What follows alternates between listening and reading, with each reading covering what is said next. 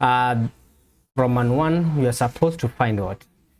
2a plus b vector. So meaning that 2 times the value vector a and then plus 3 negative 1. So meaning that in the first one, we shall multiply 2 times 2 and then 2 times 5, which is going to give us 4 and 10. Then we shall have plus 3 negative 1. And then if we add corresponding components, so we are going to add x components and the top and the bottoms. So we shall add 4 plus 3 and 10 plus negative 1, so that we can be able to get the answer there.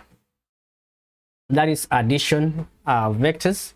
Of course, you may be given in unit as unit vectors. Also, it's just the same approach that you are going to use, but you're gonna add I components and j components that case. But here I want to change and give you a question to do where you are supposed to find maybe missing values.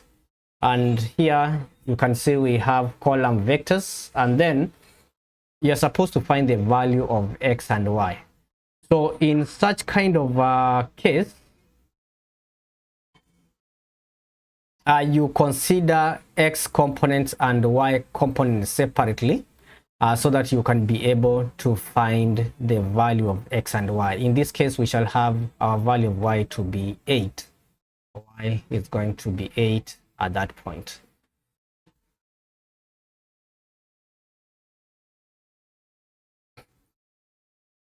You need also to be aware on how to work out resolving vectors. That's another area that is going to be tested, how to resolve vectors.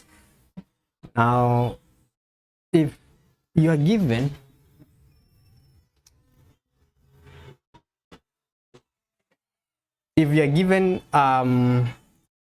a vector like that acting at an angle theta, so if this is a velocity v, then this angle, so v, and then we have this is the vertical line forming 90 degrees at this point, and then this component here is going to be v cos theta, and this component, vertical component, is going to v sin theta.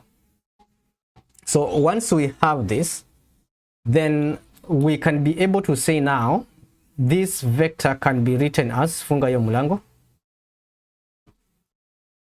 can be written as, if v was speed, then we can be able to have a velocity vector. Don't make it much even. Can be written as a velocity vector. So that means we can say the velocity vector here is going to be v cos I plus v sin j. And we're going to see one of the equation. We're going to see a question whereby you can be able to use this particular concept and see how you can be able to apply that during exam. So in this example that we are having at this point is to see how do we use that. Now we are told that a particle moving at a speed of 2 meters per second at a bearing of 120 from the origin.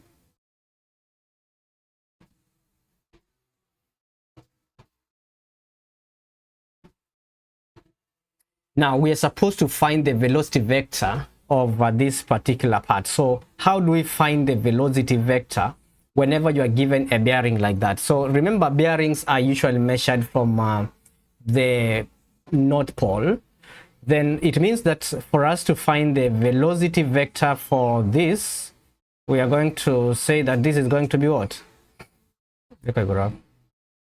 That is the position, and then the bearing is basically going like that, and this is basically 120 here.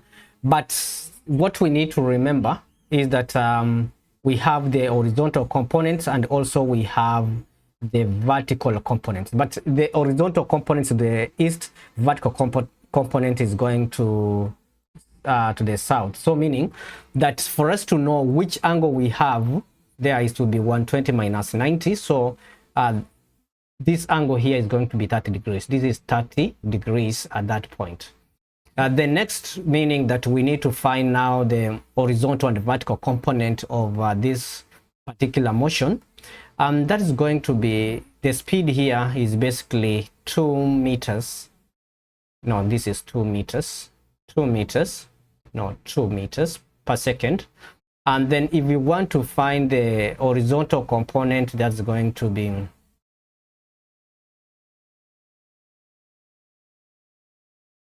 this horizontal component, 2 cos 30 I, 2 cos 30 I minus. Why are we saying minus? Because this object is moving downwards, so meaning that we're going, it's in the opposite direction to the north, so meaning that is south. When it's moving downward, we're going to say negative. To the left, we're going to say negative, but to the right is positive, and upward is positive. So in that case, we're going to also find the vertical component, which is 2 sine 30, but it's negative because it's acting downwards. So that is going to be 2 sine 30 down like that. Velocity vector now is going to be, you can now crunch this into the calc. Then you saw that 2 cos 30 is going to be what? You can be able to put that into the calculator, and that is going to translate to root 3I. And this other one is going to be minus 1j, so that's going to be just minus j. Yeah.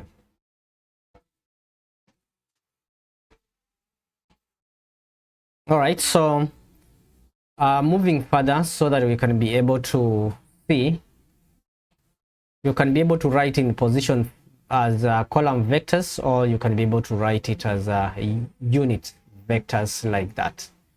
Moving to the next concept that you may be tested in this particular topic, you need to understand how to work out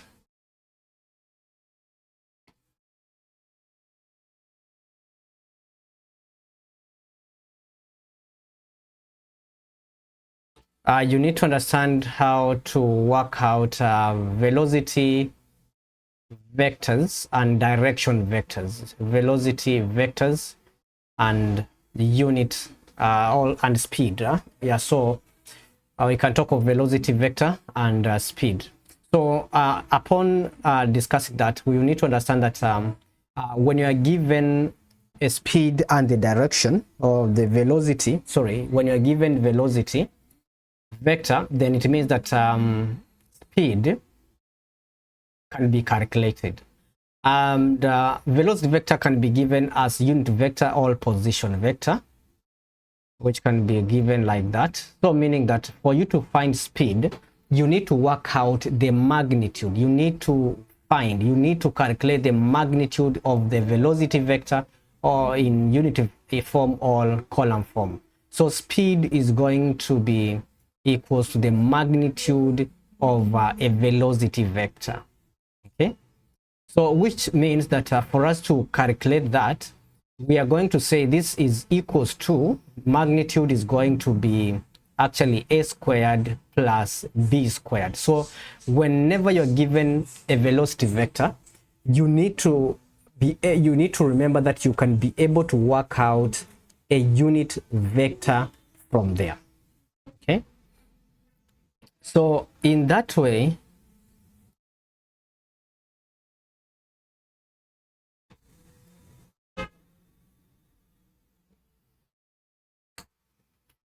okay, so for that case, let me just that so that you can be able to talk about that.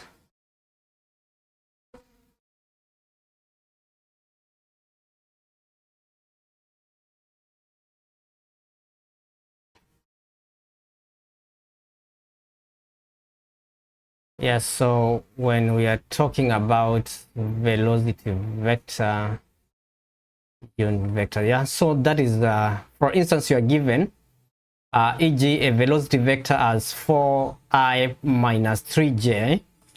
So what are you supposed to do whenever you're given a question like that?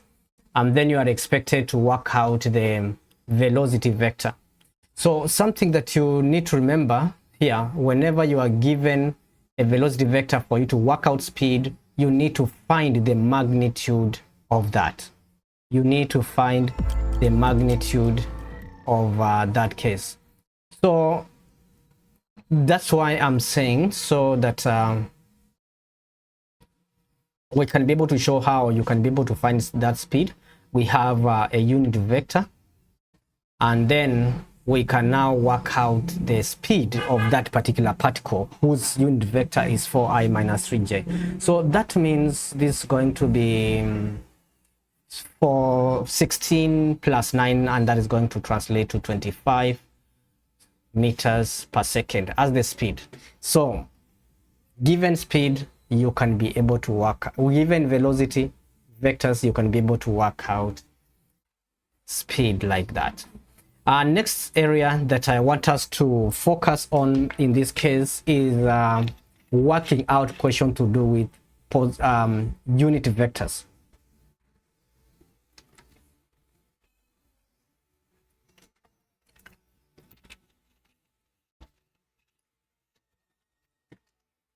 So if you're given a unit vector, or you are given a vector as the direction, then you can be asked to work out the unit vector, right?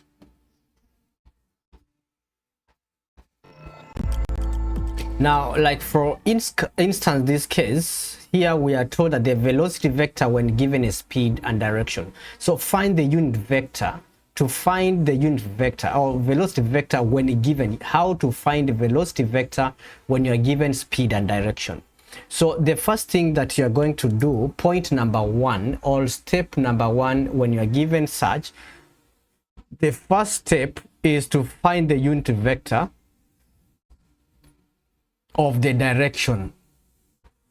So, and remember, for you to find the unit vector of the direction, it will be the direction vector divided by the magnitude of that particular direction vector. Then the second step is taking that unit vector that you have gotten, you multiply it to the speed that you are given. So that's what you are supposed to do whenever you are finding the velocity vector when given speed and direction.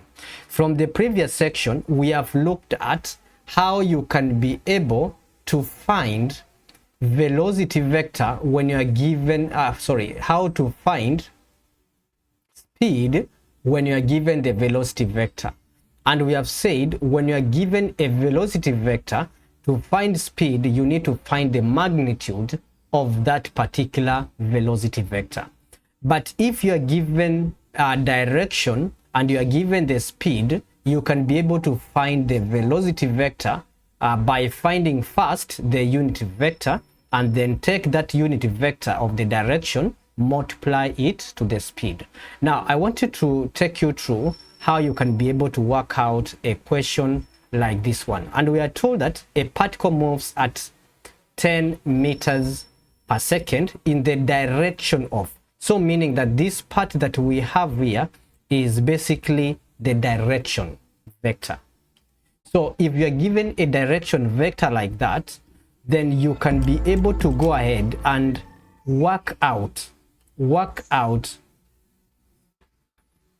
the velocity vector, and that is exactly what we have said here, that we can be able to work it out.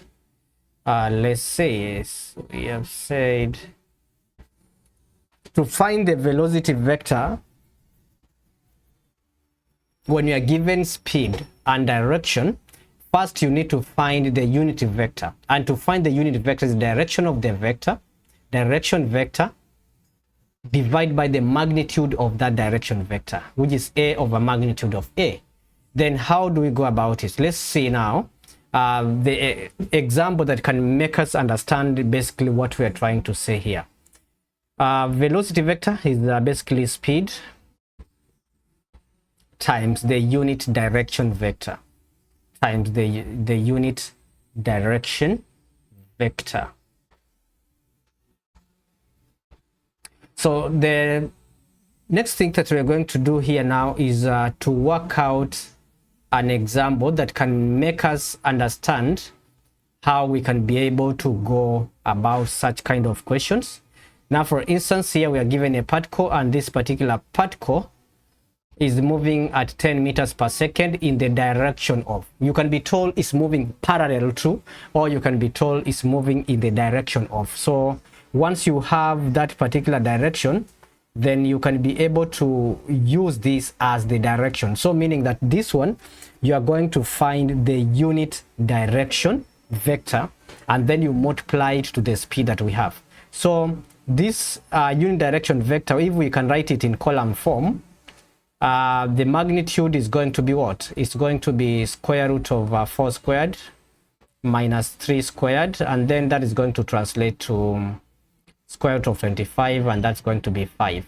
So the magnitude is 5, then meaning that unit vector is going to be written as, unit vector is going to be 1 over 5. We can say unit vector, unit direction vector, 1 over 5 times, okay, we can just write it like that's the formula, of course. Then we can be able to divide every term there by 5, or you can write this as 1 over 5 multiplied by 1 over 5 from outside. So that is just meaning that every element that is inside is divided by 5. So this, we can just leave it that way, or you can even open all the bracket, but I like to leave it that way outside like this, because we're going to multiply with the speed. Now velocity is going to be the speed 10, the speed, remember, was 10 times 1 over 5 into 4 negative 3. Then 5 can cancel, and with 10 to have 2, and then we shall have this. Then 2 times 4 will be 8, and negative 6, like that. Now, since we were given direction vector as unit vectors, we can decide and write our answer in unit vectors. 8j minus 8i minus 6j, like that. That is now what we call our direction vector, our velocity vector in meters per second. All right, so once we've done that, let's see now. Once we have obtained that, finding position vectors is also another important area that you need to understand. What you need to understand is that the new position vectors, the new position vector is equal to initial position plus velocity vector times time taken. So for instance, if a particle is traveling at 20 meters per second in the direction of this, find the velocity vector. Already we have worked out a question like that, but now I want to check how do you find a new position after some time. So in that case, for you to find the velocity vector, this is the second example, you can be able to find the magnitude of this velocity vector here. We'll find the magnitude of this by saying 6 squared plus 8 squared is equals to, then you find square root, you're gonna get 10. Then unit direction vector of this is going to be 1 over 10 into 8, 6. Then velocity vector will be speed times unit direction vector. So I usually like leaving it like this, so that whenever you are going to multiply with the speed, you can see this and this can cancel out, and then you are going to remain with 2 times 6, which is 12i, and then 2 times 8, which is going to be 16, and that is the velocity vector. Now, if the initial position of P was 4 minus 3, find the position vector of Q after 5 seconds. So remember, we have the velocity vector, then, and we also have the initial position vector, then final new position vector is going to be what? Initial position vector plus velocity vector times time. and time is 5 seconds. So that is why we are going to use initial position vector 4 minus 3 plus 12 16, which was the velocity vector. We got it as got it as 12 16, which can be written in column form like that, times 5. So that's going to be 5 times 12, which is 60. 5 times 16, which is 80. Then if you work it out, you are going to get your answer 64 77 as the new position, and you can write it in unit vector like that. Something else you need to remember is that object is at its initial position when time is 0. So if you are given a position vector in terms of t and they're asking you to find the initial position vector, you are going to take that as time t is 0, right? Then we have another concept that you have to remember, that object meet or collide if their position vectors are equal or they are at 0 distance between them. So you may be given question like that. So this is a question that you can now attempt. You can be able to attempt this so that you can be able to see whether you can be able to solve question and problems involving position vectors. Attempt it and then pause the video so that you can be able to see the solution, how I've worked it out.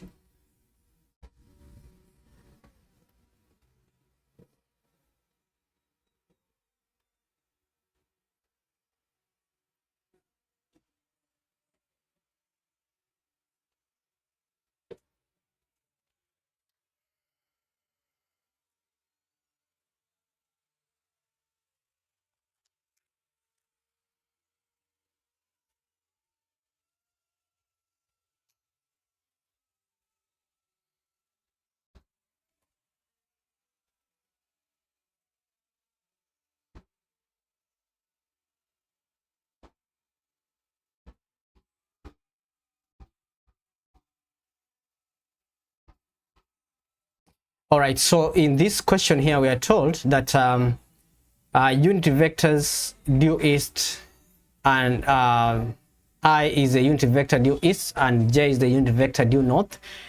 Distance is measured in kilometers and time is measured in hours. At 9 a.m. a ship leaves point P with position vector 5i plus 16j relative to the origin.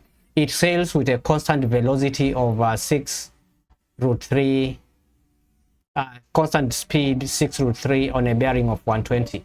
So this is basically just like the question that we've done previously. We are going to say that to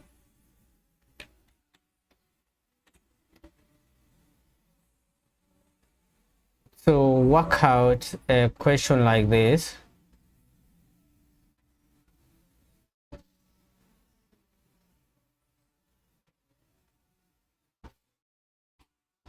so we're told that it's having a bearing of 120, so which means that this value here is basically going to be 30 degrees, and meaning that we can be able to find the horizontal component, and the speed is 6 root 3 here, and it's going that way. So meaning that we can have horizontal component and vertical component. So this is going to be 6 root 3 cos 30 I, and this is going to be 6 root 3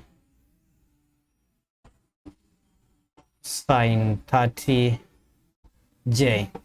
So velocity vector is going to be that, so which means that you're going to put 60 root 3 cos 30 I plus 6 root 3 sine 30 j. If you put that into the calculator, you're going to get your answers 9i minus 3 root 3 j. That's one of the answer you're going to get find the position vector of A at 12. So for us to find the position vector of A at 12, something that you ought to remember at that given point, for us to find the position vector,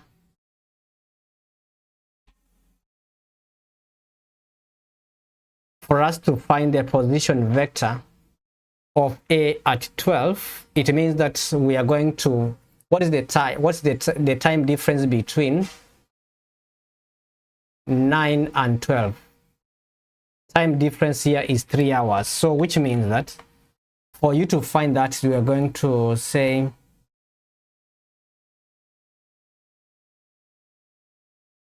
position vector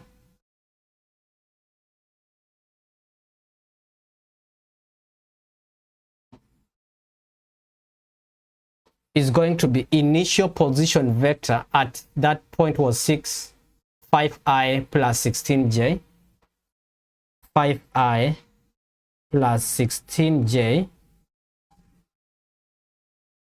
then plus 3 hours times the velocity vector, because remember we had said here, whenever you want to find the new position, is initial position vector plus velocity vector times time. So in our case here, our velocity vector is this and initial position was this. So it will be this initial position plus 3 times the velocity vector, which is 9i minus 3 root 3j. Yeah, you can be able to simplify, otherwise you can also leave it at that level. So if you simplify that, you're gonna get your answer is going to be, if you simplify this, it's going to be 5 plus 27. 5 plus, this is going to be 5i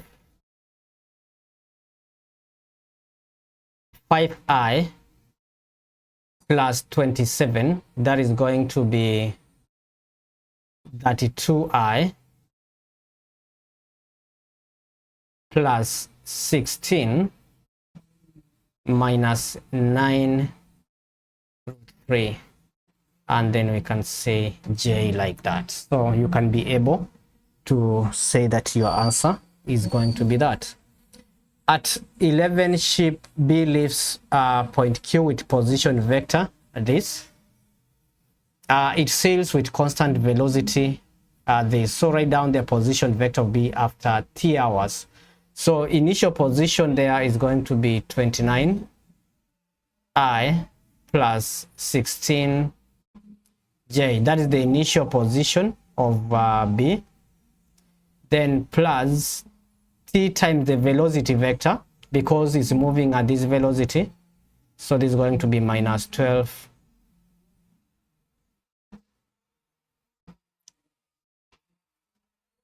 root 3j. So we can leave our expression that way. Find the distance between the two at 12. So at 12 we are having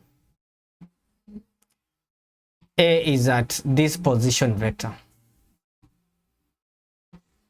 Okay, so which means we can be able to write this position vector. Let me just copy it out. Okay, let me just write it.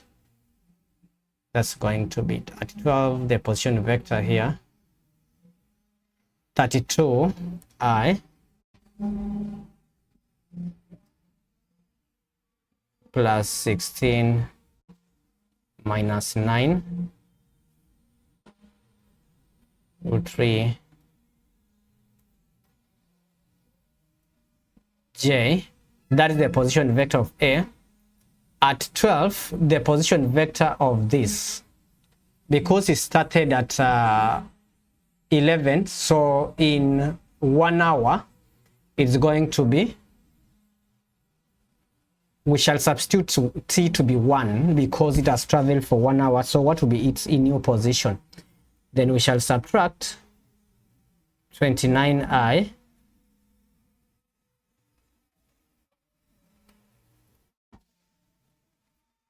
plus that's negative 12 root 3j. So if you are going to work out this, if you subtract that, you are going to have 3, the position vector will be 3i, and this is going 16. Okay, and j, so what makes that is going to be what?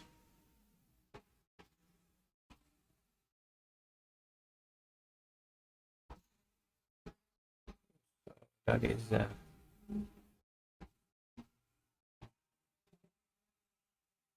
okay, so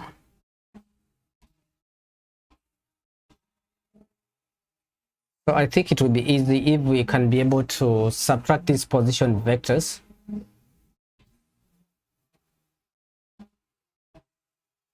This is 32i and 29j, and this is going to be 16 i.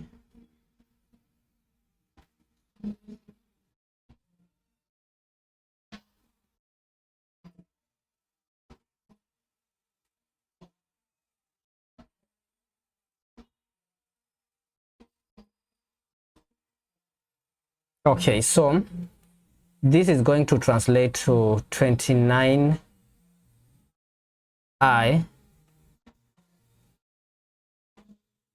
plus 16. Okay, the new position in 1 hour, I'm implying in 1 hour, is going to be 16j minus, so minus 12 3, yeah, j. So we shall have a 16 here. Okay, and then if we subtract this, we're going to get 16, and 16 will cancel out. 12 minus 9, that is going to be 4, so we shall have plus 4 root 3, right? So for us to find the distance, it's going to be magnitude, so that is going to be 9 3 squared plus this is going to be 4 root 3 squared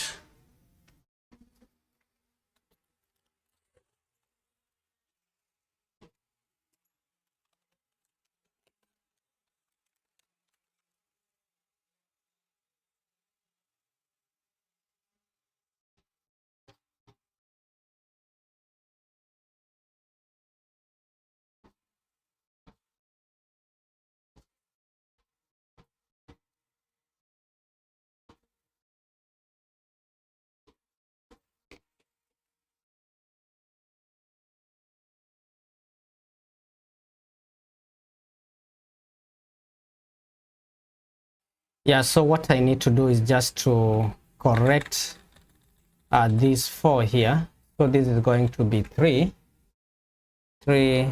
root 3 j, so that for us to find the distance between them, it will be 3 squared plus 3 root 3 squared, which is going to translate to root of 36, and that is going to be equivalent to 6. Those objects are at the distance of 6 apart. So basically that's what you're going to do whenever you're given a question like that.